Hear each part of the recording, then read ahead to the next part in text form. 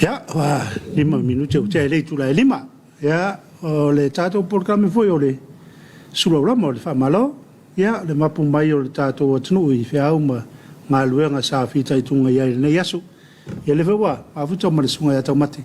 Ia, o le tato programa nei Afiafi, ma le ngā lue li tau mate nei asu. So for man via Tavita. Paisina bibesi o le nei asu. Ia, o le tato pokalame o le tato maftanga foi le tato Suluaulama. Ia, pia na masani ia I le Afiafi ma le Afiafi. Ia, mato lua foi ma le sunga ia Tavita. Ia, wale whatautainga o le tato pokalame. Ia, malolo ngā lua nei asu. Lea ua, tau nuu masiu hi o le nei vai asu. Ia, pia o le vaso lontolu nei. Ia, vaso fōwha oma ia nei masi. O le asa muli foi le asa nei la un fonei. Ia, na umo foi le nei masina o Augusto. Ia, ua tātou se atu foi masina lono aiva. Ia, o se tema, ia, atali no ia se tema o tātou tali no le te wilu. Ia, pe o na masani ia I le tausanga ma le tausanga. Ia, o se tema ai o le vaitau e tātou te whamanatu ina I le te wila. Ia, a le tātou te ia le whamanatu ina o le ono sfutausanga. Ona sfutausanga le talo na tutu tasi so tātou atunu. Ia, wa le wai fōwhanga le malo e tausanga atoa. Ia, lona whamanatu ina o se mea le telefon. Ia, le whamanatu ina o le tātou. O le tātou tutu tasi. Ia, mai la vai le ia uni ia uni ni tausanga ia se pa ia vai uni e le tausanga lua o lo tol ia o le mole atu le fa malo I tai o le atunu ia tai fa malo le ngalu malo tu lo afiong le malo malo masiofu ia va pe foi le su le fono su tofia malo faltua nga to foi le o le fiong le fon fetalai ia male tu fa le kono so le atunu pe foi le tamaita palmia malan ka peneta filia pa malo foi le famsimsil male la to foi pitola au ia le famsilong ia loia sili male vaengo loia ia malo tawata malo le unsa ilneas mai sei mtanga luenga umal malo falulungo mtanga luenga me se foi la fainga luenga o tonu o fafu ia malo nga lua ilneas I fe au manga luenga malo tawata malo le ula, malo le pal. Ia, va malo I le tu fale o le kalesia. Ia, va inga tofia le atua, I so se fata whaitaulanga. Tai o e kalesia te tasi. Ia, o tu awhionga I pātele. Ia, o tu awhionga I sea. Ia, o tu simtanga luenga. Ia, o e pikopo. Ia, o soani, tia-akono. O I lava. Ia, ia, wan whatala whatu. Ia, o tu sunga I toina. Ia mo to fatua ia va pena foi ngā tofi me ngā te samo nei ia foi fa foi atunu e maulo ma fotomorita to programa nei Afiafi ma lo la to Tapuaiga ma la to talo le social monia ia ia o tiute fe ngai me so tato atunu I le aso mo le aso nga te leo le Tapuaiga mau nei o tato tamamti na matua na to lo Tapuaiga le alfaiva le atunu so se fe au ma so se ngā luenga ia ile ngata lao na yo tātou mātua I mauta malau. Ia whapea foi le aile I mapu I whangalele. Ia o le longo I pulotu. Ia whapea foi ia na tolo whatau toli mai o le tino I mautanga sangasi. Ia ngata lao le mautanga sangasi le mtotua. Ia whapea foi tua sivi. Ia whapea foi ia mautanga sangasi o I tu malo taitasi. Ia I talitonu lava o lo ia ina yo tātou mātua o lo whatau tolia. Ia ele o ngalo lava le talo ele alfaiva le atunu ia lo po foi le fala ma feula le ula ia ele alfaiva le atunu malo le unsa malo le ngalue malo le talo ia malo foi le ngalue ia foi o ele wa uma ile asu nei o ngalue ile asfreile ia fa malo atu I fe foi ma tiute sa fe ngai ne vai aso atoa foi ngawanga ia inga ia ana ia voi ale alunga usina fasi pose moa pose mo fasi ma mo netil ia wala fata tali mai lau tau tua pe ola va me ata tu le finga luenga il va so ato ia una se fa malo stilo le Afiafi o le Friday ia fa malo ia tu pole o pole pe le se ma mo le se mo al pel fali Al pel fale o ke longa le se pusa e lengi o ka ki yo. E o Ai e Afiafi. awa e te tau ona ngai le fale. E ave foi se fa malo ia te la tolu ta po mai fale. Ai de foi wa ngai ke wa ko Afiafi uma o la e makua isa ungi le me kamara yo. Ko ngal fa ri fu wa amar ko sa mo ko na ia na tausin. Awa te ton mai David. Po le ale mama fatu o fe au ngalu ngai fe ngai mal tanga te no fol fale. Ai fa longo mai lo malo le ngalu le aso. Ia pe mo wat. Pe mo wat le le lava male mal vai sa ia ino fa longo mai le leo. Ia wa tau ia le tau tinga nas. Ona lo fa longo mai o le wa vatu fa malo. Ia e taua. A fa o no ma na mai ngalu ngal ne aso. E tau ona ngai sa al fal. A fa fo nai fono foi po le ase alungo le Afiafi. Man tua le ta po ai mai matu al fal. Ngai le fale ia fai se tala to ina malum tua ia mo fa sa vali le fu le Afiafi. Ia ta u alfa malo fu il ne Afiafi na fa na wa le o mai fo ne vai aso fe ngai ma on mai se foi la to sa fe ngai ma suenga fa al ma fu ne vai aso ia pena peisa fe ngai ele kolisio tene pauta ia ma to suenga ne vai aso ia fa malo tu la o fianga ta mai tai pule ia ma songai ali ma ta mai tai fa aonga ia me se foi al fa na malo le so ia malo le tawivi ia o na o mai foi suenga a mata ne tau sang ia e pa u wale tau il tamititi sa to anga fai mea ia il tani fo ia mai le pepsuem ia a sau fo ia o fale ton a ol poli ia fo ia nga me tupu ia e toi fo ta ina ele ma fo fau ia toi fa sanga ton ia po sao le anga inga fo melo ia o fi svanga le no fo fale i le auto tu ia va ve fa malo ia masinga me nga se credit ma ra o credit ia de uta tu vai ni vai ta ia o ai to le i le mo mango fai me le TikTok ke por aí ia le fa pe o le fel mo magari ai sa mai ni makala re credit ke avi ka manga o o so na o so na fa mis e wa ai so ai o la so na ia nga ilo u telva ai o to le sema e fai mai e vaso credit kinga inga fai de mama ia le ia e fu ai lunga ngai yo lo ia a wote so na nau foi e vatu se tau ia e lo le fatinong ia o le fatinong ia male nau tau ia e fa malo tu la tua le nga sesi nau ta pena foi nga sengo ne Afiafi a fe o nau mau malta tu po kala mel ne Afiafi fa malo tu la Suluaulama ne Afiafi ante oi malo le tau tua ila tu sa ngai le vau ia fa pe foi la tu sa ngai le ngata i fale ia wala ota pena uma wa ta ya mo la to ia nga mai le market oi ia fa pe foi la to ia nga ile market ile wa le fa ta wino me mat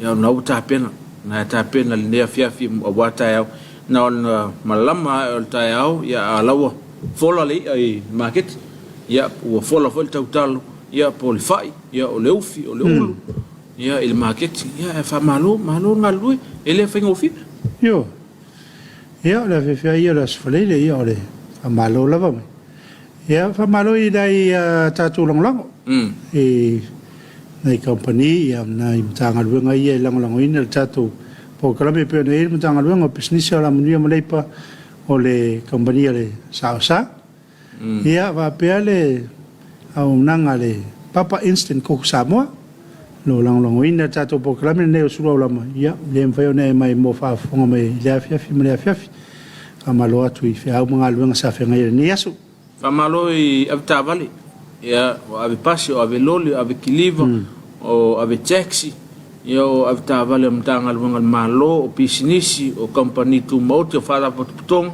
malo long sa ni aso malo tautua malo ngalui ia tele fa lave tupu ne vai tau ia te tonu lo to sila to ia o sea o ta tu falo ia o ye ni fa lave ia peo pasi o loli ia o ta vale el malo ia o business ia ai ano ta'avale ia tangata lava ia le moai nei fa'avelave ia e tāua te whai ma le whaitete ia o mea tō tino aisi e ao na tātou whaapelepele ia pēia o lau oe lava mea tō tino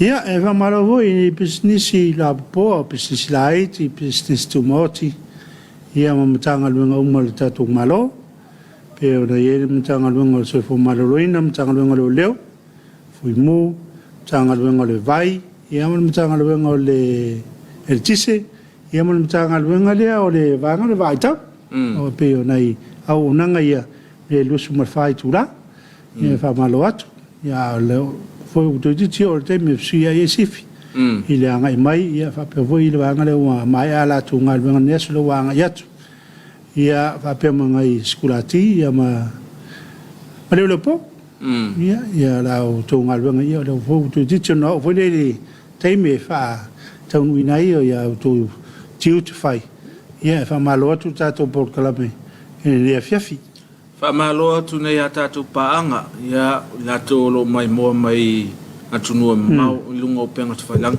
Rau matalo foi lunga o penga te whailang ia le tātou i tūlau ia awani alo whaanga ia e fia mamoli mai i lo tātou tunu nei ia whamalo atu ia te o tau ia so se i tua ke leope o matamata mai ai malo le soifo manuia o Samoa lava ia e lo iai se tūlanga o ngā se po ni whaavelave o tupu matu ia o romania me uma afta ile lofo maleanga leo le tua tel ton foi o nai whapena o tau inatunu ia o tapua o inolo tatu soifoma lo tatu o ia awanga le leo le tua tel tono la faisi na tatu malolonga na ia tatu musika fefiloi ia se tolu pelua ia whanu file muai le nea fiafi tatu mafuta ai ia mese foi fai meisi na lue le nea fiafi ia taliu mai le tātou pukalame vea whauau tātou mawhitanga le Suluaulama.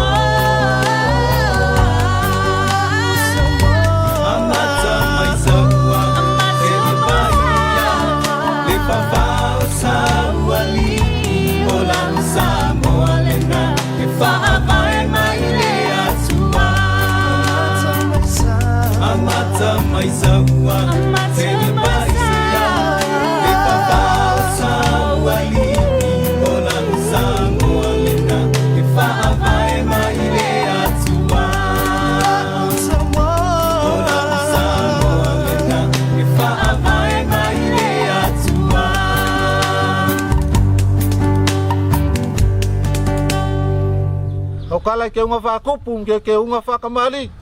Paliu whawhao ye le sunga ya whaka. Lau kau kala lo yei. Wai ai whauri.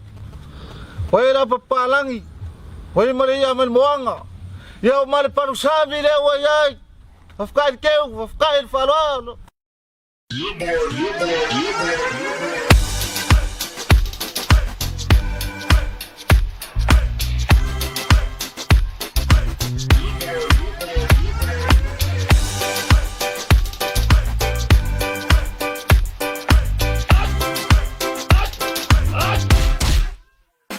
Omi te tonu lau olu au Baile te se ne ima imau Afiafi malu ole tama Baile lau ulu ne ima tala tala Le lau fai pito te tonu Vai ima sai pape o se pomo Le la mai loa ole tama Se faala i titi se nai au mama Tafia ai I se palu sami te Tafia ai I se palu sami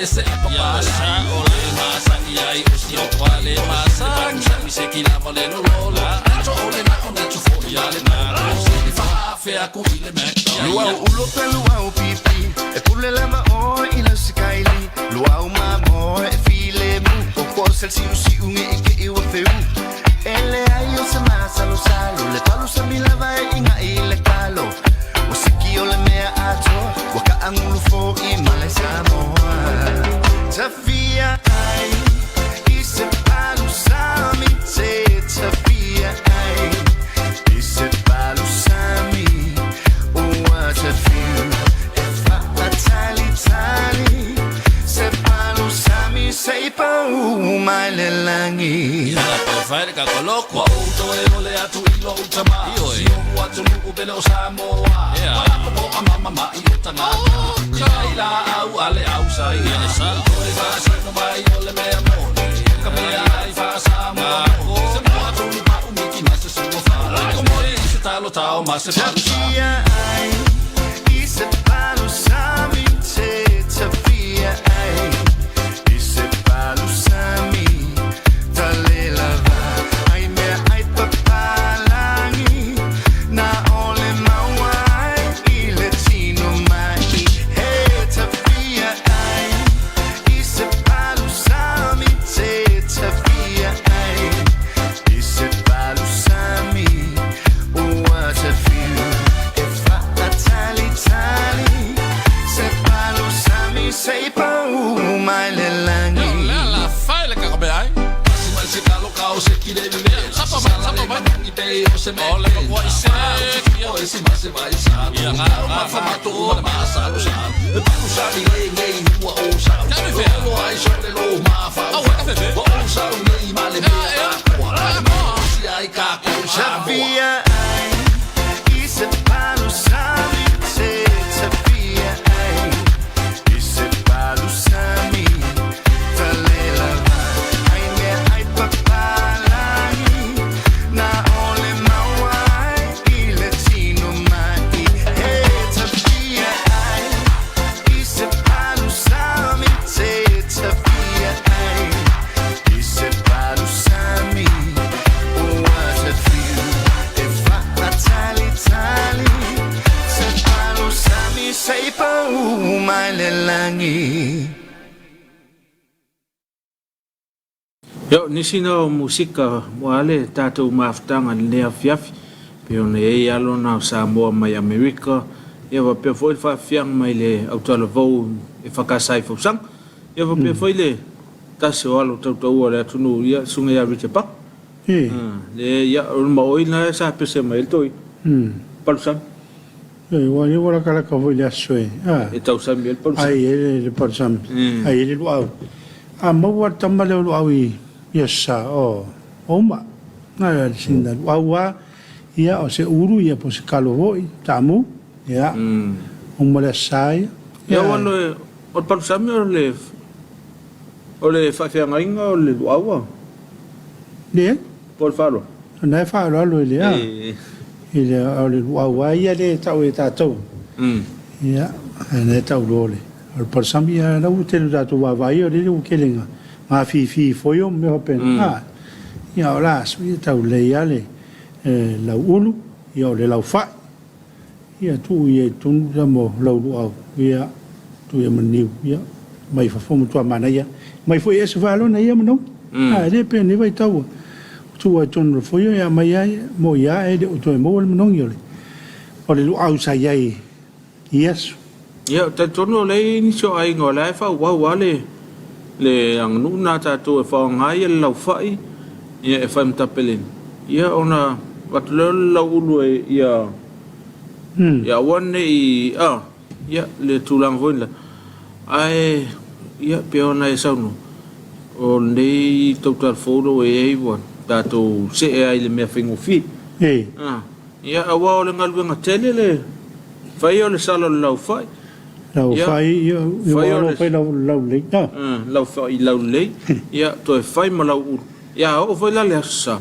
ia e to ia tuangi ia le lau fai ia wa langi mo ia vela ia la lang ia to fa solo to ile lau ia e monia e tele ngalwe ia ai ia le ele o ese master me ko o ful au pe le fanga le lau fai mal lau ia vol foio ia ele ai am se me pole ele pa mai fa yo ia e longo fiel ta wa special le o fungol wa ia lau fai mal lau te va ai le ai ma se se new e mau ia le wingol ta e te le va ai pe e pa i fa fole le pepe ia ai te e mau pole le ia le tele nta o o fa mo yo ia o le tau o le tasi fo ma o i la to e ta fa mai fa le anga e mai tonu so tatu e o mai lan to fo le luau mai o se o le matua mana ia ia al tau na e tau pe on tatu fa wa na ia tatu tu mang nu ia me se ia me ai samo ia ni so la to e fai mo la to mitanga ia o nisio me sa tupu i le so o le Afiafi nei le tala i le mataanga le tua o le whalon mano le paka tele le tua o le whalon mano ia o le tasi fo e poloketi sa whaatino fo i le vale leima ma le mano tele i saina ia e whaftai fo i lana fionga ia tu le epa o le sa tu lai mai le foil na vai tau ia mo ia ngaluenga le lei ia o mai maua pe ana fa pe luma mai o tua o le ia ai ta ton foi ai ese se tu sa ia ai o ngaluenga le lei lava ia e fafta i lana fiong ia mo le tau tua ia mai se foi o le sole sa tala lo ia ini sio fono fa vai o tu malo ia pe ona ia le tu malo i loto fanga le fionga le tu mai tai palmia ia va pe foi le tu malo fa sala anga numero fa ia sa tala lo ia le so ia o la tu mot ia le fon fa vai ia falo le tu malo ia e tu ai le tu malo po ani mtau pu ia anga isa oi e le to ia isa nga i mai pia ia nga isa o le falo le tu malo ona faile tanta ia ngalu il fale o le ngalu nga e mai i nei pia ia se wala fengo fia mo nei o tatu tangata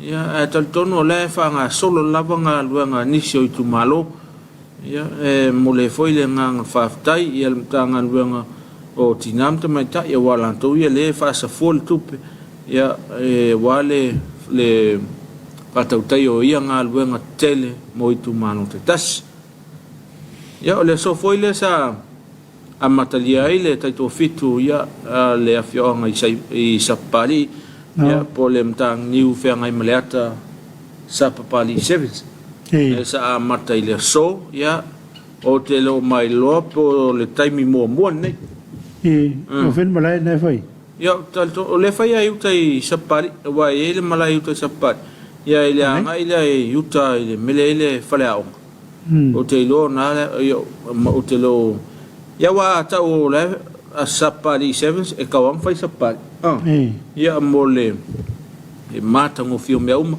ya le te lo mai lola po le so momo o po wa le nei tau sanga o se tau sanga momo ya po se tai to fitu o levo na fai ya le fa mo lua so nei mataiao na sa matalia le so ya mana e foi ya na italonga ie e aveina fa na fa ta fa wai ma se foi ona yo tato matua ya e nau e ai isiana tamoleta an ya mena e o toi tato le moteli slafa ya fa le ni o meu o foi i Afiafi ya afi foi nai mai mo ai fa ngatamba ia o le talonga te tu fitu ia o lo fa ia le te tu fitu le fioango sapali ya me se foi le talonga kit ia fa ma solo le ne vai aso i sei pipi ia fa pe ma le vai aso fo o aula le talo le kit na au le motele po le i mania o le ia ma au ne tu moa nei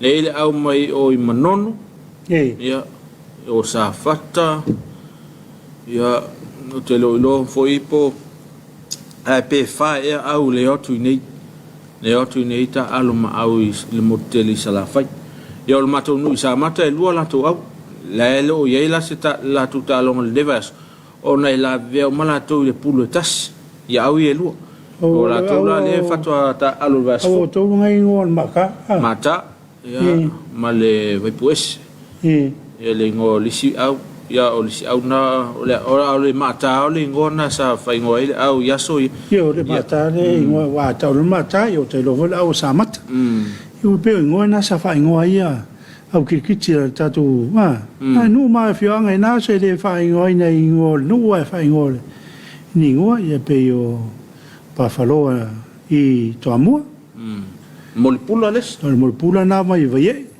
ya o le lionga ya le au na lauri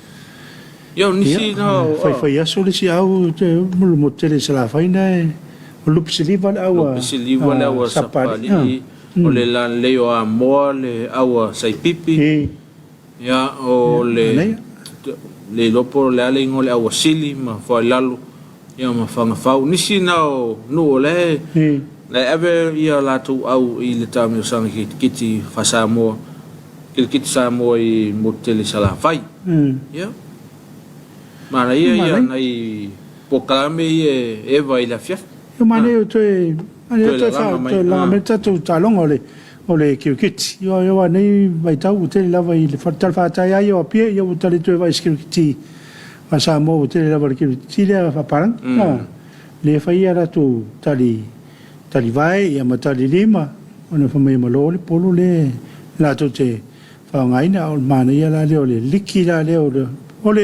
tamusanga tu tas ia ole tamusanga tu tas wa fa un lungot ele fa mo ole top 4 po top 2 e anga ele vala o li I tutuila ia mana ia ia pe mo pe tasial fai na o pe tasial malo ai au top 4 ala wan tutuila yo le telefona au sa ma se voi ole au ia po le afio foi man malo I nei sa ma se ne malanga tinusila talo ia wala le au gila ka mai usila ia wa tu oi ta le se ma ate ia pe ia le o ia wa afu we malai ka lo ngi ia e o suri la lo ulu wa e ka ku a mai si o mata fanga ai atu ia tunure pe la ni sta le malai ni si ia me vai le o tanga wala mo toi furi a ko e ko ese me ko ia fa malo atu I kapiteni o au ia le ngato o le talonga le kiti Samoa ia fa pe foi le taito fitule fa nga solo isa pari ia fa malo tu sunga fa ya onga ma se fo kapiteni malo ta watai malo ta alo ne aso ya tal tonu ma fo na sa fa na sa taunu mal manuia me au mai le so i le lofa maleanga leo le tua ta tono ia ini so tatu alo fa anga i ungo penga te failang ya mole sunga ya sa ang ya mol no silfiel tatu nu ya nisina o me o lo tupu tonu so tatu nu ne yaso ya peo sa ma tala to ai mole sunga ya tavita ya o fono fa vai o niso i tu malo e me se foio le bloketi ya i tu ai motor malo ya na mafuta mai Virginia tanau talo fa lo sunga manuel programa lo fa from Los Angeles i California ka place fa Virginia alo mafuta mai mia talo fa foi so stato pa anga la lo tu normal tele America yo ya mafuta mai po asiu ya fa mafuta mai lo fa tu foi ya ma familianga ya mo ele uso Selina tamati tfunga ya le mo mori mai ona ro fa to programa fa aftai mi vole ni Afiafi ka Selina ya olena to vao tu ya Josefa ya le foi feula mai ona lo fanga mo maua ma lo fa aftai ya o miu amosa fa talo fatu lo sa se lo ma lo nga lo mo ni el programa ni Afiafi alo fatu amosa ma lo ma mai kuni nai o samalaki ya le o ma mai to programa mo li mai na fa monianga ro aftai Jacinta Sela mo i pai se vo manuel lo sa se lo ma to fir programa ma lo la tu atu ka place ya ma lo foi moi alo i fa uma ma lo sa fenga ni aso o cherry falungu sa fai leta vai nga so fu manuel lo va se lo ma lo tu atu manuel programa mai sharu ya lo fatu ta to atu ma vai nga sa fai ya le ma futo te no Christ tele ma futo fa ma va malo moi pai e voi wa good vibes mate ya malo wa tain ma futo mai moi mun wi fa ne Afiafi mo na fo fa ngoma ya te lunga le ya na yo ta to pa nga ye mo mai la to lo fa nga ta to programa ya le la bala ta un faye to lo inatu ai mafuta mai a moi pai ya moi la vale tai o pola siu mafuta mai Asperton Christchurch le mafuta mai po manuel talonga lo peleki ma Argentina ya volve tayo alo moi pai EFKS ya tai tanga ya le tal fala vai lo sunga ai nga lo mali lo si fonga kun sala nei le matamata tuai e voi fatto amana mai foi nei tu alo faccio si mato nu pele più fa la lì famo le pe sol pune na nei ya o le sol pune pia fatto a tu a matta ile so lulu il vesfo ya lo fatto a tau nu mai le no mo ne filo inga ma sunga ya tapola ya o le faringa na lo sei vaili ma lo sei fu ma na ile lo proclame e matamata tu me pone ya famiglia le tua fa tai vaili alo fatto i Sarah Utah le voie mafuta mai le na to vao tu ya Josefa lo tele mo lua mo ai o mai Samoa manuel programa fa tai lena ta mai lena to ala sea alsana ma no sei foi lua fionga no fatu mo lua from Ottawa lo fatu alsana Ottawa na ya la mo lua lao o kilan fika fitness lino manua ma lo tau tu nu lo fatu mo lua mal pokalame ai sa se lo savlinga yo ya wa mai foi na ye mo asin savali voi le ya e vai vere mo lo foi na taile ya mo tu a ma lo sia to tinu ya pian fa to le sona to tari mo ma futo mare to fa ya le vasa dia por eso foi a Tapuaiga pa ali ya foi menuia ai se le tanga tole alwe holiday sole ata foi saue la po ma foi mai no to tingo ma le tingo o já Tapuaiga mo le to ia lo fanga da to programa e so se panga la volo ma foto mal tele tala le sunga Tapuaiga pe la o le TV la va tato e kalesia ia o lo mata mai ia tato tangata I tono le malo tele Amerika ia e o folo fon fatalo fatu fa malo foi po le ala le taimi lo ia I tu e fio o le malo tele ia wa te lungo ni sinala sauni e moe ia is foi po o ile Afiafi ia e fa malo atu tato por kalame Mangato la faisi na tato fianga se tas taliu mai ona wa lata fo tato taimi o le fainga lotu ia taliu mai ia ona failo atu le tato tofi le Afiafi ia mafao atu ele tato Suluaulama ia ile Afiafi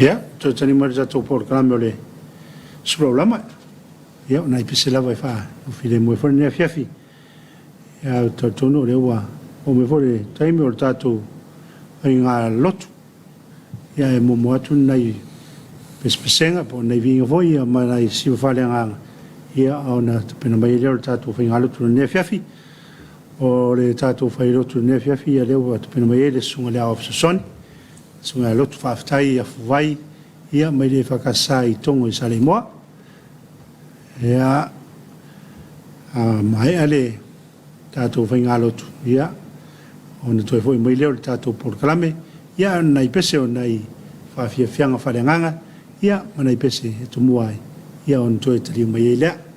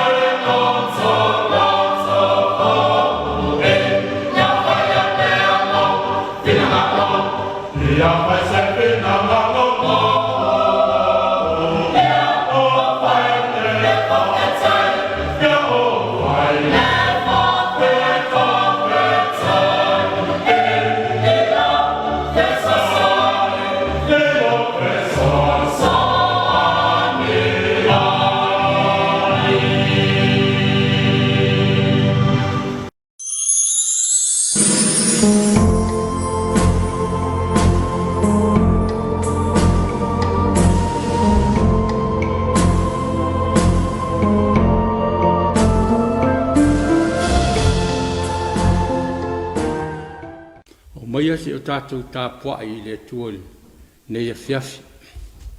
Tātou talo mo le anganga pa ia. Le tua lo mātou tama e whaavavau. O lau fio lava lo mātou o tua e tō tasi au na vi i tangata uma o le nei na rolangi.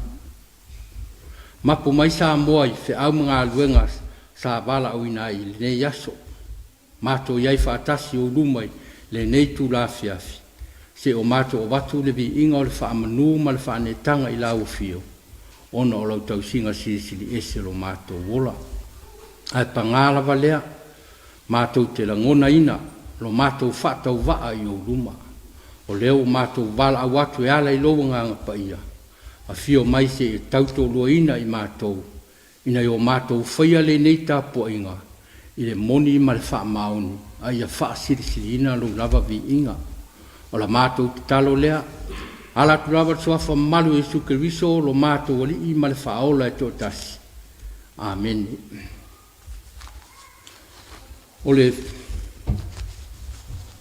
whaitawina o le tuspa ia. Maua tus whaitau, mai le whailaunga. Lona matau pe sumartasi. Whailaunga, lona matau pe sumartasi. Whaiupu mua se whangata mai le se fulu, ai o te whaitawina naoni, nai whaiupu. Whaafonga maia, whaitawina o le awhiong pa ia lo tātou o tua. O le tae au ia e lulu ai au saito. Au fo le mapu lo lima i le Afiafi. Au a e te le iloa po le fea e manuia. O le nei, po le nā, penga tusa ona le lei o ia me lua. E le lei lava le malamalama, o le mea fo ia fia ai mata pe ai lo atu le la. Ai a fai e ola se tangata i tausanga i tele. Ma ori ia i tausanga uma. Ai a manatu o ia i aso e pouliuli ai. A wae tele ia. O mea umofoi e o mai. O mea whaatau waa lava ia. Ia whaamanuia mai le atua e ala tātou whaitau. Ma whaarongo i nisi ana awhionga pa ia. Tu maua pe ia te ia lo lava vi inga. Nei, mai o atu le whaavavau lava. Amene. O le launga suafa malu o le atua le tama, le alo, ma le anganga pa ia. Amene. Ua maua le matua, o le launga le tusi sa whaitawina ma le whengainga tuai. Whai launga mta upe sumartasi, ai ua whaonga ina le whai upo e ono. E whai matatou matua, o te toi whaitawina e whaapea. O le taeao ia e lulu ai au saito. Au fo le mapu lo lima i le Afiafi. A wa te le iloa po le fea manuia. O le nei, po le nā, penga tusa ona le lei o ia me lua. O le manatu au tu etu sai mal whaasinonga tus whaita waso mon nei vai aso. E whaapea. O le ata mai, e sili atu nai lo le malosi. O le ata mai, e sili atu nai lo le malosi. O le au penga lea na whaonga ina e le tupo Solomona. E taita ina ai le nuo Israelu. Ina ua mawai atu le no fua inga o lon tamao tāvita. A le au ngani fo i lea le tupo Solomona i le atua. Ina ia foa i mai i a te ia le poto ma le ata mai. E taita i ai lona nuu. Ma ua vea ai Solomona. Ma tupu ata mai le lalolangi. Sa suasue, sa awao, sa whaamasino, sa tustusi. Whai mai sa lolofi atu tupu ma tai oisi ma lo le lalolangi Yerusalema. E whaalongo i awa onga Solomona. Peitai. E uia le telo mana tuntunga lo loto a Solomona e winga i leolanga. Sa oo ina whaalea o ngā ina lava e ia. Lona ia lava ata mai. Ma a mata whai fuailo na malosi. ma lona manuia. A o lea ua tautala Solomona i le tusi sa tātou whaitauina. Ia nofo sa uniuni tangata o le nu, whaapea tangata uma.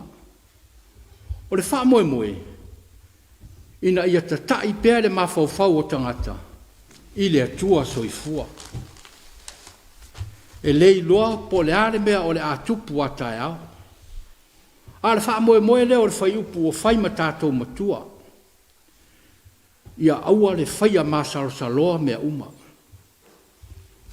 Ia tamai le mawhauwhau e whaatino ai so se mtawha i oi po so se tiute.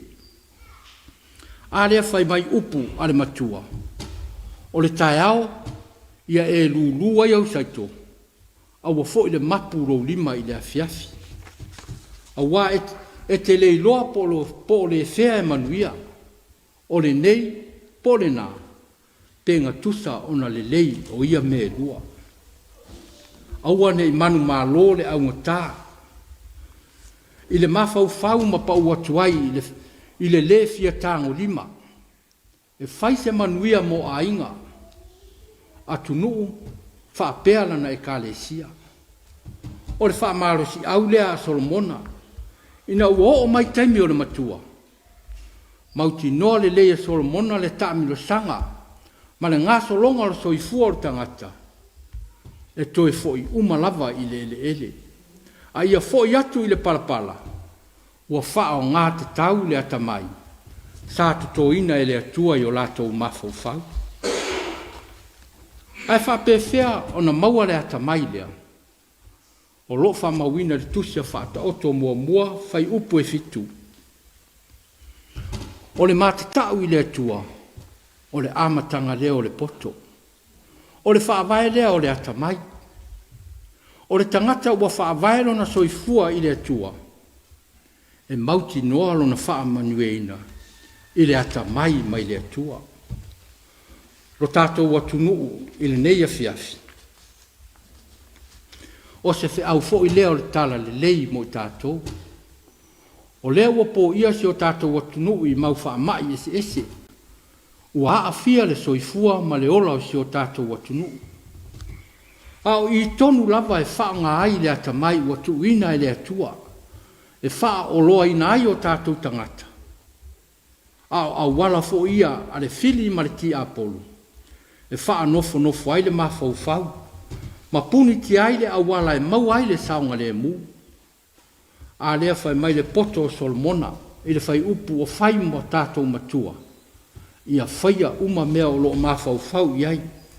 A wae le iloa le manuia le nā. O a lava wala awina o tātou au nai nei. Aua ne i mawhauwhau ane. Fato a wha maoni lava tae au. Aua ne i wha pe ifo. Se i toe mo e tasi lava. Le ai. O le awa noa ua tuina mai. E le maua ngō fie. O le awa noa e sa ili ai ma le tinga. Le manuia lilo o lo whaatatani mai. A o le mawhauwhau le ua whaatamau a inga ina e le atua i le atamai. E le whaalongo tinga. E le aungata. E ono sai. E lava tia fo i mea uma. O le wha moe leo Solomona. Ina ia uma atu lona soifua. A ua maua le awala e sāwa wali ai lona nuu. I le manuia. Ia tātou ngālu lua pea. Manu o lo ia i tātou malamalama. A se ngāluenga e toto ai se fatu le lei mo tūpulanga lalo vaoa si o tātou watunuu. E kāresia ma ainga. Ina ia lātou mautinoa. E whaatau waa mea uma le sila whanga le atua. Ma ia ola mātatau ia te ia e whaavavau. O Yesu te riso lava lo tātou wali o le Mesia. Nā fio mai le e lei nofo i se avanoa. Aina whaatino uma na ngā luenga. I ona taimi a tātou mili tino whaatasi ai. I le nei lalo langi. Mai wai na whaasātau roina. Na maliu. Ma toe tu manu malo mai le oti malitunga mau.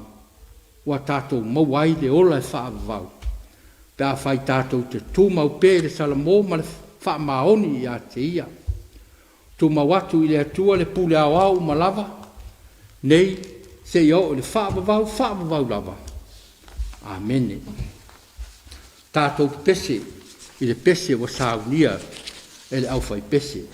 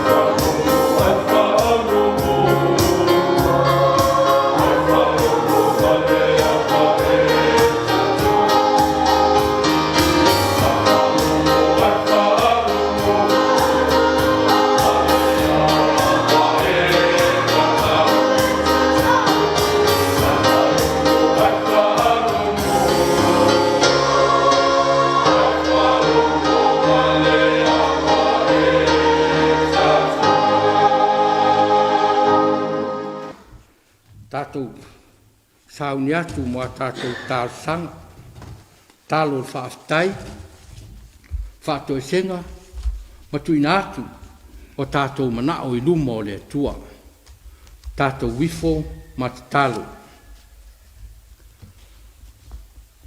Le atua o lo mātou tamā o I le langi,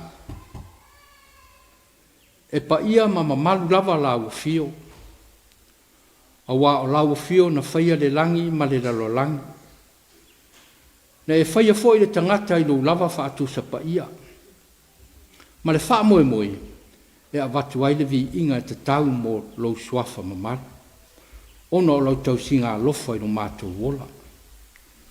Ua tuana iatu le malamalama, ai ua o mai le pong sa, ai o lo tu mau pēro o lofa I sio mātou nei atu no.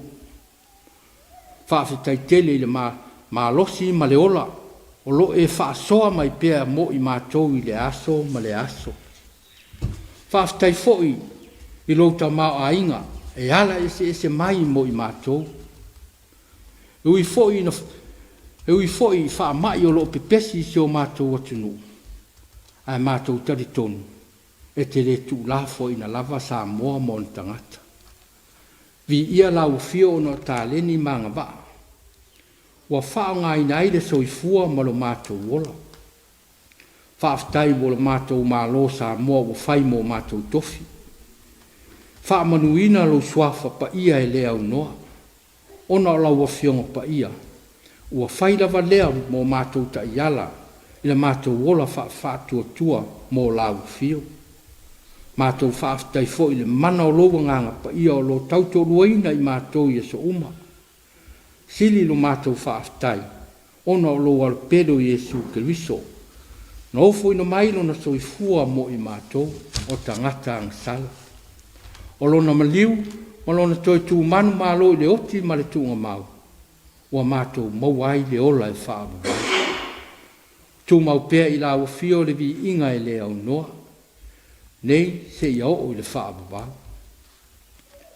Le atua mi o tōnue. Ua tele lava lo walofa mai mo i mātou. Ai ua le tusa lea mana mātou tali atu i la fio. Ua mātou tau tino. Oi mātou lava o se whanau ang sala. Whamangalo i mātou o mātou manatu whaatangata. Ua afiai le moni o lautala le lei. Whamangalo no mātou wola tusi lima. O le mātou wa aima wa lalo isi o mātou uso a tangata. Telefoi o no mātou le whaamaoni au nanga o ofo ina atu i la fio. Le ola le ala le o mātou taloa, ma le anganga mawalano, a lofa ma wha ngalo i mātou uma, ma loa tunu ato. E ala le toto loa arpede o Yesu, a mai pēr la o fio, ina i o mātou i loa sala mo wha maoni, ma tu mau le wha atua i la o fio.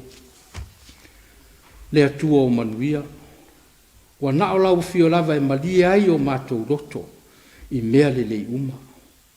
Wha manuia lo mātou mālo Samoa. Mai lava ina i o mātou tina mata mā mātutua o lo pōle whala maula le muli la. A o whea ngai ei Samoa i whi au i le aso ma le aso. Wha manuia i tai o e kālesia. Tai wha le mālo.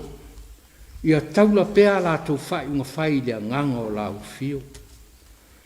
Wha manuia i la wala ata o le TV lua. Wha pēr foi a la ata umo se o mātou nei atunu. O lo mo mori atu ai lo fina ngalo pa ia o le ngata i Samoa nei. A se tafa o le nei la lo langi. Wha manuia i tangata umo o Samoa. Ai wha pēr foi e o lo au mau i nā atunu. A wā foi lo lātou sa ili manuia. Ma fesoso ane mai ai a inga i Samoa nei. Le lalo langi vivesi ma le te fuli tuai, ona o le sa i linga o le pule. Ia o atu i ai le file mu o lau fio i ate i lato uma. Wha maru mai a wanga le lei o lau fio i a Samoa, i le Afiafi ai wha mai, whainga tā ma le matautia, mātou te talo, le atua lo mātou tamā, le lava so mātou poto, a o se mālosi. A wae pule au lava lau fio. Mātou te talo, i e alofo matafi e sea nei wha mai i yoa au anga le lei. A ia maua pē Samoa le toa file mu mai lau fio. Le toa file mu mai lau fio, i e lunga lava o Samoa lo mātou tamā. O a mātou te talo ia, wha atasi matalo leo i le loto o tangata lava ia. Mātou te ofo i nā tu luma o lau fio. Ia whaia iai lo fina ngalo. Ai aua lava i o mātou roto. Mātou talo e ala ia Jesu Keriso le li i mal whaola. A le file mu ma le manuia o lau fio. Le atua lo mātou tamā. Le lofa sisili ese o Jesu Keriso lo mātou li i mal whaola. ma le mafutanga le motia malau o fio. Ia tū mau mai le lungo Samoa ma le lalolangi atoa. Nei, se iau le whaavavau lava. Amen.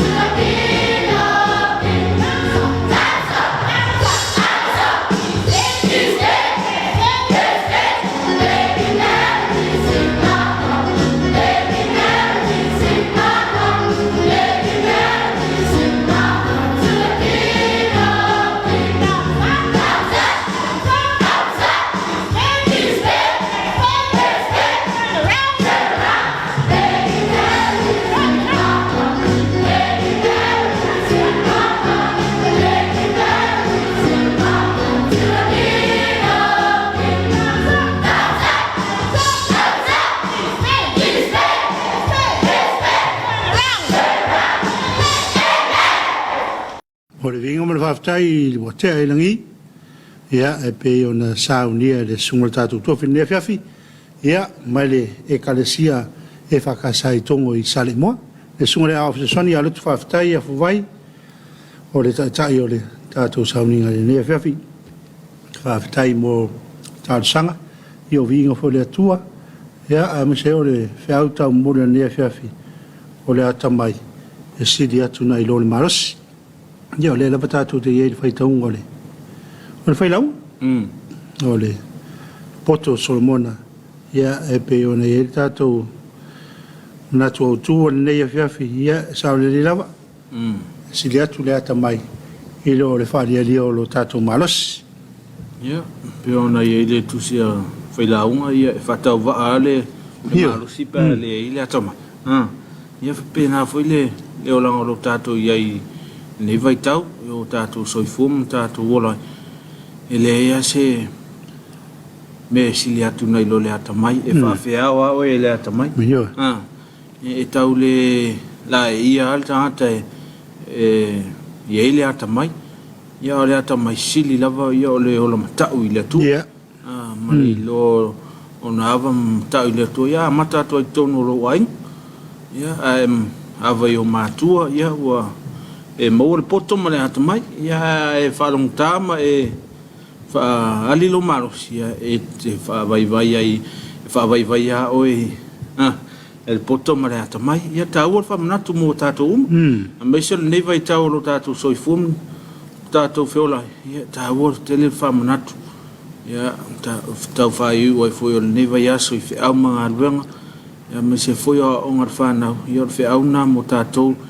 ia tāpena I o tātua nganga. Ia wale alo tu foi le asamun mulo ni masina. Ia, more le ngā whaftai tele. I le sunga le awa sa sani, sunga alo tu whaftai e fuwai. Ia, mo tāpenanga I le nei Afiafi. Ia, o le talu lava. Ia, o whangia le atua e lauso e fua. Ia, mo le whatua. Ia, wa au nanga. E ngata tono le e kalesia whape. Ia le nu. Ia whawhoi tono a inga. Ia, mo le whananga whaftai tele le Tapuaiga le sunga le whangainga ia pulu ia marfatua ma ia ma le whakasai tongo sale moa ia o loo whiangai ma tātou Tapuaiga e ne vai tau ia whaftai foi le Tapuaiga sunga toina ia Isako Viki ma le whatua a me se foi o pa ia leo whainga luanga ia pūlenga a marui sifu ia mo le ne vai aso I tātou Tapuaiga Ia manato na iai ia tātou whāsisilanga e maise ia whāsalaung wa mawhai o nao o mai le tātou pokalame le nea Afiafi. Ia o lea manato ai ia o lea tātou se le tātou poto au tū ia o mo tātou whāsisilanga whāsalaung o mai le tātou pokalame taliu mai ia o na tātou ngolongo foi lea ina ia tātou o lau whaanga i lungo pengt whailang ia ma wha o mātua le tātou pokalame le nea Afiafi. Au si mail mai mo nisi neo whāsisilanga. Whāsisilanga tā ua, tūpef sosoani wha mea lofa mō pisinisi. I le awa mala whaaloalo e whāsisila atua i e whāpea. I le toi te tala i o toa oi whaavao mālo ma le ngā lue ai o seo tātou atunu e toi ati a elon ta mau a inga. E ei se vai ngā tupe ua whaanganga le mtanga luenga o tupe e whaamatu atu e sosoani. I le whale leio ati na e pisinisi. O le tuftufa ina o le neise leni o le angafa ma le ofiso le Samoa Business Hub. E ia ingo le neif so swani wa uma o na whaatatia. Ina ia mautino leo o le so swani ia i lātou e tala whea ngai maa ngā e ngai. O le nei lango e whaapito mo i lātou o lo whaatino pisinisi, ma iai le laisene whaapisinisi mo le tausanga lua o lo lua. Mo le nofisilfia ma le maamalama o le atunu o le a whaasolo atu le whaalawi loa mo le neim ta upu i no whanga aso matai me peon ta ua i lalo. Aso taimi no foanga alanfanga. Aso nga fua luas fumaleiva o kuso lua o lo lua. Se fulu il taeao le sifuma lua le auli. E ka le sia katoliko fale whahol. Mo le usoli I whanga loa ma fale vau. Lua ile auli le wha ile Afiafi e whakasa lalo manhol. Mo le mafa tia vea ma loto whanga. Aso lua tolu sifulu o kuso lua o lo lua. Se fulu il taeao le sifuma lua ile auli. Tutu le loto hol. Mata fele I si usenga masali moa. Lua ile uli le wha ile Afiafi e whakasa moa ta hol. A pia I te avi malauli. E tau tele loa wai mai e te whaafonga I a tātou forsanga. E wha malamalama umai vaenga o le angava I le neif so swani. Wha mole whaafso tai mai le tātou ofisa I le telefoni valu wha lua fitu o. Po le tātou Facebook page Samoa Business Hub. Mo nisi whamtalanga I winga I le whaasolonga o le tātou po kalame. Whamtalanga uma I winga I le sosoani o le a maua I taimi o a tātou fontanga e pe ona tā ua I lunga. Tātou tau pule ola ma wheloa I le alofa le atua. Whaaftai, sainia e vaitulia a latina yoelu. Whaasilasilanga whalau I tele ma le ofisa o le whailau tusi o le fono a au whaitu la fono. Ilo ilonga o tu la fono tau whaofi. E whaasisila atu ma le avatele I le mamalu o le atunu. O le a matawhanga solo I loilonga Komiti Faamisionare o vaenga tau le tamau a inga I le tulafono tau whaofi o teunga o le tulafono so tanga va leo leipa mga luenga lua o lua. Leipa Employment Relation Amendment Bill 2022 I le aso lua tols fulo au kuso lua o lua. Mo I lato umai fia whaalia fina ngalo petu ina mai foin fina ngalo tustusia I le nei tulafono tau whaofi Whamon mole whaafso tai mai toni Melbourne na Tanielu, whailau tusi soani o ofisa o Komiti Faamisionare I le telefoni lua tasi valu tasi I tu la whainga luenga, pole emaili tony.nathanielu@parliamene.ws. Ma le whaloa tele, sa inia sa tama le atisa witi me tala, whailau tusi o le fono au whaitu la fono. Product recall Crest table eggs. Pursuant to Section 21 of the Food Act 2015, the Ministry of Health hereby recalls the use and sale of the following products by the public. Country of origin, Fiji. Product Crest table eggs. Manufacturer CJS Supermarket in Fiji. The following products in the market are known to be unsafe for consumption and have incorrect labeling of laying dates which is not compliant with the Food Act 2015. As per Schedule 6 of the Food Act 2015 for standards on eggs, eggs have a shelf life of 30 days after laying if stored in a cold area. The Crest table eggs have exceeded the 30-day shelf life. The public is hereby advised that the recalled food product is expired and found to be unfit for human consumption. The local suppliers, wholesalers, supermarkets, retail outlets, restaurants, and small food businesses are immediately advised not to sell, distribute, and or use the product for food preparation with the labeling information stated above. The Ministry of Health requests the cooperation of all supermarkets, retailers, businesses and the public in this important matter. If you require more information, please contact Christina Sorti-Ulberg or Edward Brown at telephone number 66727 66726 or email christinas@health.gov.ws or edwardb@health.gov.ws. Male fa'aloalola Dr. Glenn Ato Fatupaito, Acting Director General of Health, Ministry of Health. Important notice: small and medium business grants.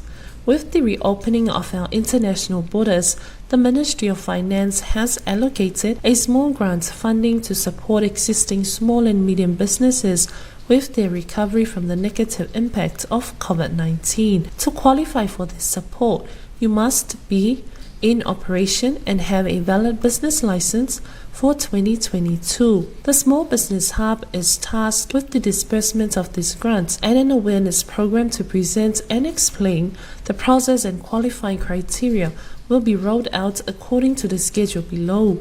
Business operators are invited and encouraged to attend any of the sessions that is closest to your location. Date: Friday 26 August 2022. Time 10 a.m. to 12 p.m.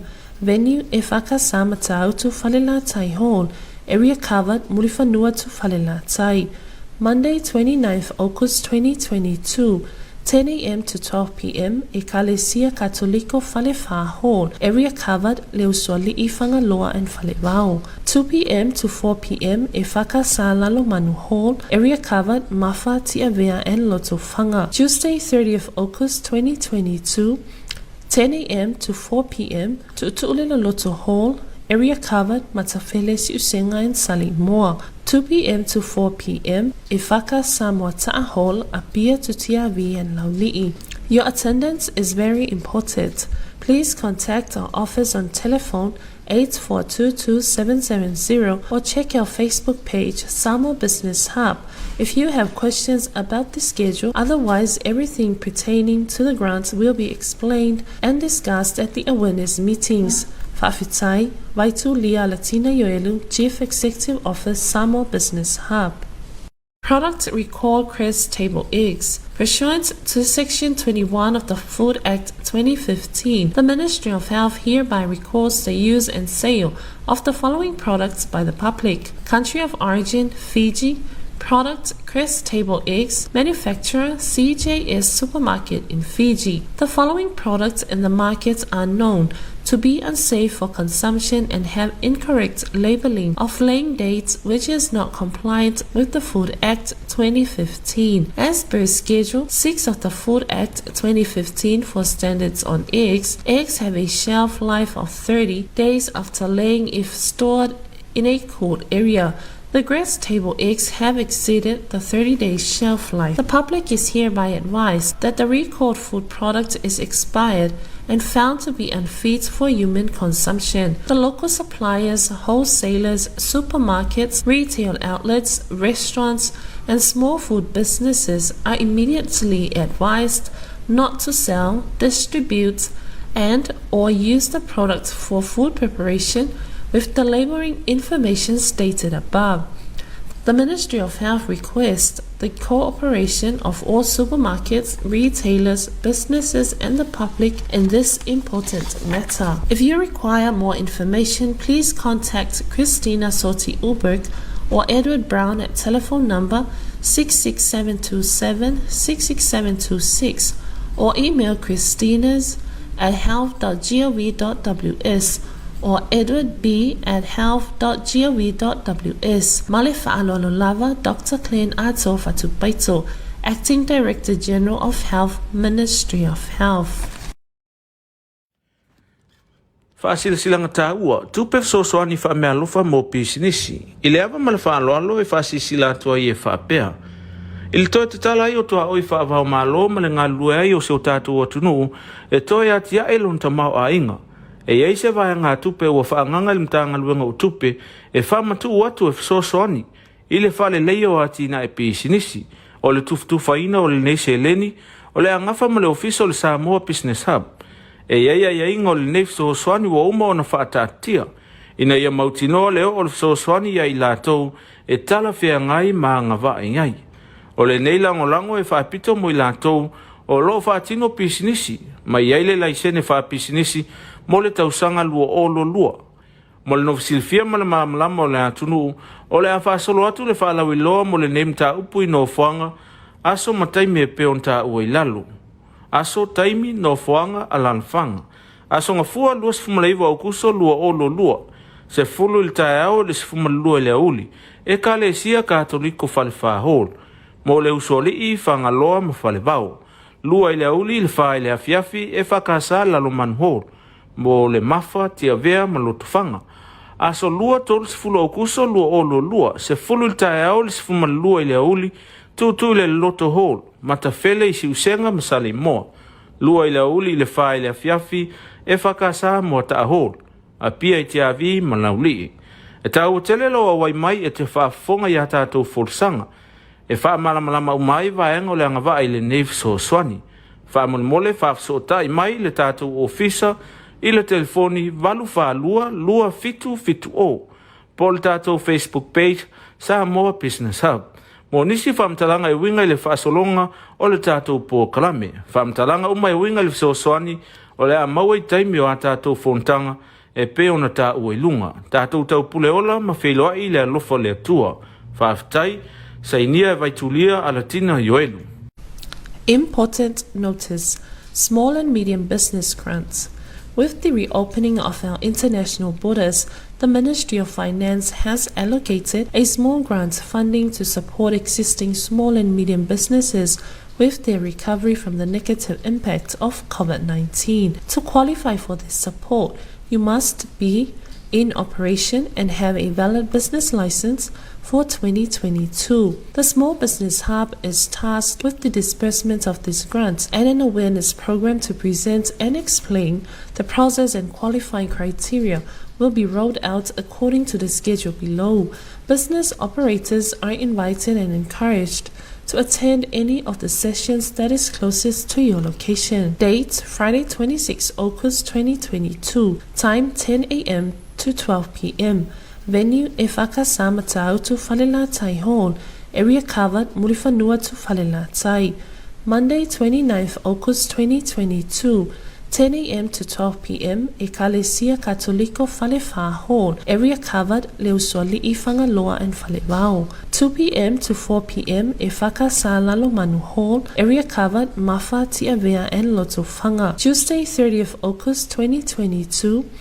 10 a.m. to 4 p.m. to Tuulelo Loto Hall. Area covered: Matafeles, Usenga and Salimoa. 2 p.m. to 4 p.m. EFKS Samoa Ta'a Hall, Apia to Tiavi and Lauli'i. Your attendance is very important. Please contact our office on telephone 8422-770 or check our Facebook page Samoa Business Hub if you have questions about the schedule. Otherwise, everything pertaining to the grants will be explained and discussed at the awareness meetings. Fafitai, Vaitu Lia Latina Yoelu, Chief Executive Office, Samoa Business Hub. Faasilisilanga tāua, tupe fesoasoani faamealofa mo pisinisi. I le ava ma le faaloalo e faasisila atua i e faapea. I le toe te tala ai o toa oi faavao malo ma le ngalue ai o seo tātou atunuu e toe atia e lon tamau a inga. E iei se vai ngā tupe ua faanganga le mtanga luenga o tupe e faamatu atu e fesoasoani.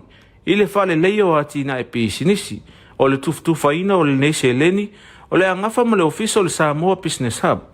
E ia inga o le nei fesoasoani ua uma ona faatatia. Ina ia mautinoa leo o le fesoasoani ia i latou e tala feagai ma agava'i ngai. O le nei langolango e faapito mo i latou o lo faatino pisinisi, ma iai le laisene faapisinisi mo le tausaga lua ololua. Mo le nofisilifia ma le mamalama o le atunuu o le a faasolo atu le faalauiloa mo le nei mataupu i nofoaga aso mataimi e pe ona ta'ua i lalo. Aso taimi nofoaga a lalafaga. Aso gafua 2.5 aukuso lua ololua. Se fulu i le taeao le 10.2 i le auli. E kalesia katoliko falefahol. Mo le usoli'i fagaloa ma falevao. Lua i le auli le fa i le afiafi e fakasa lalo manhol. Mo le mafa tiavea ma lotofanga. a so lua tolu se fulu o kuso lua o lua se fulu il tae au le se fuma lua i le auli tu le loto hall matafele i si usenga masali moa lua i le auli i le wha i le afiafi e whakasa mo ta hall a pia i te avi malauli e tau tele lo a wai mai e te whaafonga i a tātou forsanga e wha malamalama umai vaenga o le angava i le neve so swani wha mole wha so tai mai le tātou ofisa i le telefoni valu wha lua fitu o po le tātou Facebook page Samoa Business Hub mo nisi whamtalanga i winga i le whaasolonga o le tātou po kalame whamtalanga umai winga i le so swani o le a maua i taimi o a tātou fontanga e pe ona tā ua ilunga. Tātou tau pule ola ma wheloa i le alofa le atua. Whaafitai, sainia e vaitulia a latina yoelu. Important notice: small and medium business grants. With the reopening of our international borders, the Ministry of Finance has allocated a small grant funding to support existing small and medium businesses with their recovery from the negative impact of COVID-19. To qualify for this support, you must be in operation and have a valid business license for 2022. The Small Business Hub is tasked with the disbursement of these grants and an awareness program to present and explain the process, and qualifying criteria will be rolled out according to the schedule below. Business operators are invited and encouraged to attend any of the sessions that is closest to your location. Date: Friday 26 August 2022. Time 10 a.m. to 12 p.m. Venue: EFKS Matautu Falelatai Hall. Area covered: Mulifanua to Falelatai. Monday 29th August 2022. 10 a.m. to 12 p.m. Ekalesia Katoliko Falefa Hall. Area covered: Leuswali Ifangaloa and Falevao. 2 p.m. to 4 p.m. EFKS Lalomanu Hall. Area covered: Mafa, Tiavea and Lotofanga. Tuesday 30th August 2022. 10 a.m. to 4 p.m. to Tuulila Loto Hall. Area covered: Matafele, Usenga and Samoa. 2 p.m. to 4 p.m. EFKS Samoa Ta'a Hall, Apia to Tiavi and Lauli'i. Your attendance is very important. Please contact our office on telephone 8422-770 or check our Facebook page, Samoa Business Hub, if you have questions about the schedule. Otherwise, everything pertaining to the grants will be explained and discussed at the awareness meetings. Whaafitai, Vaitu Lia Latina Yoelu, Chief Executive Office, Samoa Business Hub. Ia nasa mai mo mai tātou tunu inisio whaasi silanga ma whaasalalanga o ma whai on taunu mai le tātou Suluaulama le Afiafi. Ia pe ona ie le whaasi silanga nā mai le Samoa Business Hub.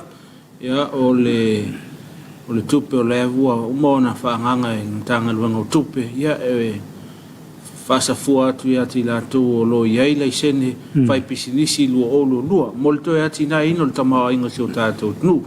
E angata i lea.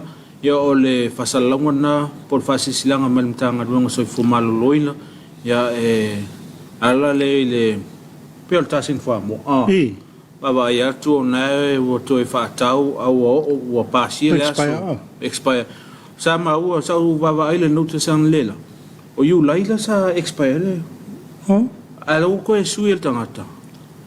Sui a se temo. Lono. Le o toi whapopolis masina au toa au kuso. Ia. Nae mai ele whaasi silanga nā mele mtanga lunga soi fōmalo. Le toi ngā whamola o pia o fiti e sau. Ia o fiti. Ia e tā ua o na tātou mata ala i mea whapene. Ia meisio newa i tau i o tele au tau whaavalea. Ia e fo iau mai ni whawhitau ni pia whapea le nā tu e tō. Anga tātou atunu e toi whai ale ati nai mo. Ia. Ia o ni tātou te mena o minisi. Fua mua me minisi atu. Ia le pe sili mamao al fua mua ni sam. Ia se fua mua. O tele fua mua le mai fafu. E ka ngā koe tua tu nungal whalai. E sala. Ale fua mua le mo ni Samoa. Me batua e la potole le ialta. Ia malisi mea. Pe tau maa losi atu sama al fua mua ni. Ia ilo al fua mua le tātou mai le sama mai fafu. Ia ta ona al fua manatu. Ta ona tātou ola mātaala. Ia vava ai a tātou o e whai tātou whātau. Vava ai i tau o aso e expire e le toi au ngā ai. Ia le oloa. ele fai le fatau Te longa e un tata tu. Pajunga fai tu langa na. Ia fau tu pia. So swinga fa kau e wa ku voio o apa vinga. Pa aia tu le tão a fuli voi lunga e tu tilo ele aso na ia. Ia na i lo meu le tão fa ngai na man meu le tau a fa pe le tau ia fai ne li potiel na o lo le. Pata se male Pasi silanga na male official failo tu sol fono. Yeah. Mo no official fiel tatu le tula fono tau Afiafi ya le tau olo ya. Na e fasi sila mai ya po aila to e fia faio la to fia tu sia na ele email ta o lunga tatu fasi silanga ya mo no official fiel tatu nu. Ya ai ona mo tatu taimi patu ranga ina manu fo tatu taimi. Mai so tatou po kala me fanga solo ni Afiafi leo manatu ai ya ole foi lo masa ya ole ataliu foi ya ono tatou time leo to 5 minute on tale ole tu la fitu ya o fanga solo lava yo tatou po kala me pona nei afa tale tu la fitu maua se fa po ponga tatou Samoa tong tatou fa long foi ni talo o mea na tutupu ile so tonu so tatou nu afa le tu la fitu ya so to mal tatu news mai Australia ia fa solo to ai lau mai mong ia el tatu ati fanga ia mo le po na nei ia tatu to filo ile tu lai li matao pa o mai tatu maftanga le neva yaso ia se ngano pa o papa ia se tala foi o le tau mali ila fa fong ang se tu masea ia e matua tu la vaina e mangalo so mau fatova mai mau malsunga ya tavita ia manuia tele fa saunga ia mangaluanga la fia ngai mala tunu ni Afiafi tatu to fero I ta au le lofa mala ngaleo le tu to fa soifo